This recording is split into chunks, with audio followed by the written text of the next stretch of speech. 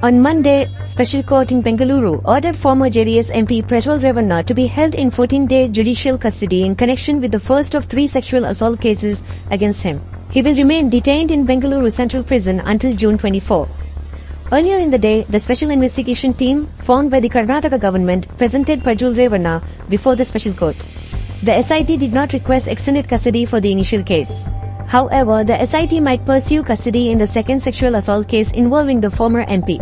Prajwal Revanna has applied for anticipatory bail in the other 2 cases, which are currently under consideration by a special court.